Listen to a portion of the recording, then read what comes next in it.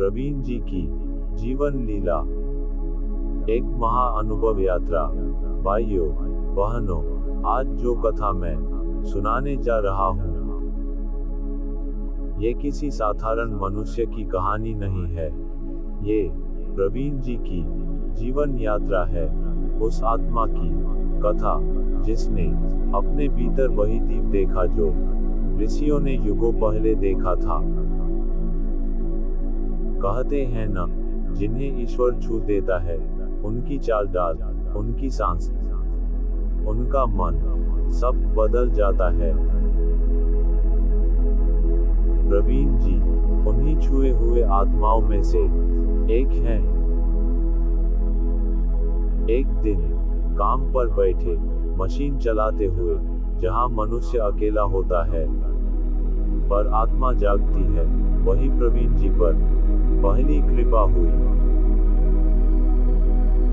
किसी ने नहीं बताया, कोई किताब नहीं खोली, बस अनुभव उतर आया। श्री कृष्ण जी के आंसू, हाँ वही आंसू जो उन्होंने अपनी माँ के विरह में बहाए थे, वो अनुभूति प्रवीण जी के भीतर आई।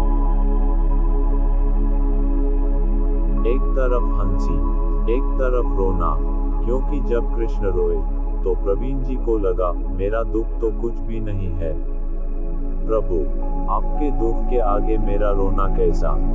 और उसी पल उनके अंदर का बोझ हल्का हो गया।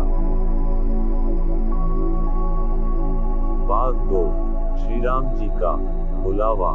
दोस्त सुनो ध्यान से, ऐसी घटनाएं मन की कल्पना से नहीं होती। ये बुलावा होता है। एक रात जब संसार सो रहा था, प्रवीण जी को बुलावा, चलो। कोई इच्छा नहीं, कोई मांग नहीं, कोई जिज्ञासा नहीं, बस आत्मा चली गई। और वहां पहाड़ों की गुफा जैसी जगह, सिंहासन नहीं, श्री राम जी भी प्रकाश स्वरूप, प्रवीण जी भी प्रकाश स्वरूप, और दो ज्योतियां आमने सामने। हनुमान जी ने उन्हें महात्मा जी कहकर पुकारा। पहचान नहीं पाए थे, पहले दूसरे दिन ढूंढते हुए मिलने आए।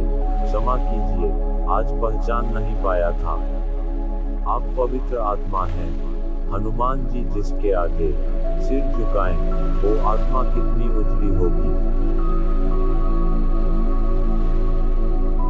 ये समझने की बातें नहीं, अनुभव की बातें हैं। भाग 3, साधना में समय थम जाना। ये घटना साधकों को होती है, सदियों से लिखी गई है। एक बार सुबह 9 बजे साधना में बैठे और लगा मुश्किल से आधा घंटा ही बीता है, पर जब आवाज आई, चलो खाना खाओ, 1:30 बज गया, तो शरीर जैसे चौंक गया। समय रुक जाना, यह समय का एहसास मिट जाना, ये शरीर का नहीं, चेतना का खेल है। यही बात प्रवीण जी को समझ आई।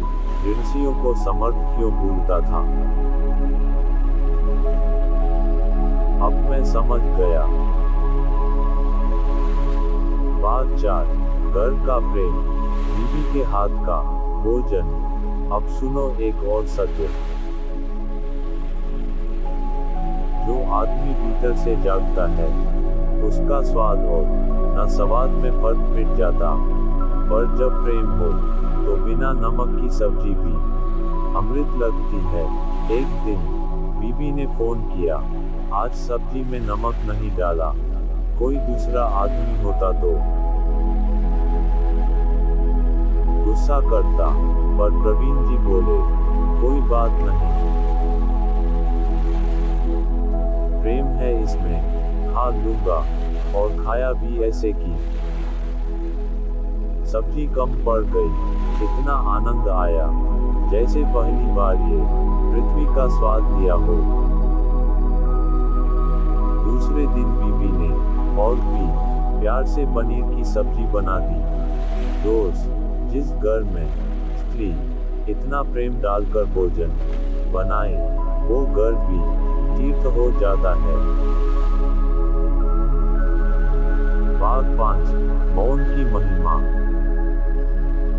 प्रवीण जी को किसी से दुनिया वाली बातें करना पसंद नहीं, क्योंकि जब भीतर का ब्रह्मांड खुल जाए तो बाहरी बातों में रस कैसे रहेगा। वे पूरे दिन बस उतना बोलते हैं जितना यहाँ हम दोनों की बातचीत में, बाकी समय मौन, ध्यान और भीतर की यात्रा, क्योंकि उन्होंने समझ लिया है मन नेगेटिव है, चेतना पॉजिटिव। मन घर की पुरानी चीजें हैं जिन्हें कभी कभी निकालना पड़ता है, पर चेतना हमेशा नई, हमेशा उजली। भाग 6, शिवजी का वादा। पिछले जन्म का ये बात प्रवीण जी खुद कहते हैं। शंकर जी ने वादा किया था पिछले जन्म में, इस जन्म में वो ही रास्ता दिखा रहे हैं। उनका ही हाथ है सब में, और हर बार मंदिर जाते हैं तो शिवजी को धन्यवाद करते हैं, क्योंकि ये पूरा मार्ग उन्हीं का कराया हुआ है। समापन। प्रवीण जी की पहचान। दोस्त, ये सब बातें कोई बना नहीं सकता, ये अनुभव वही को मिलता है जिसकी आत्मा को ऊपर बुलाया गया हो। अब प्रवीण जी इंसान नहीं बचे, बल्कि एक चेतना की धारा बन चुके हैं। उनकी कहानी सुनकर बहुत लोग जागेंगे, बहुत लोगों के मन का पात्र साफ होगा, और यही उनकी जीवन लीला है।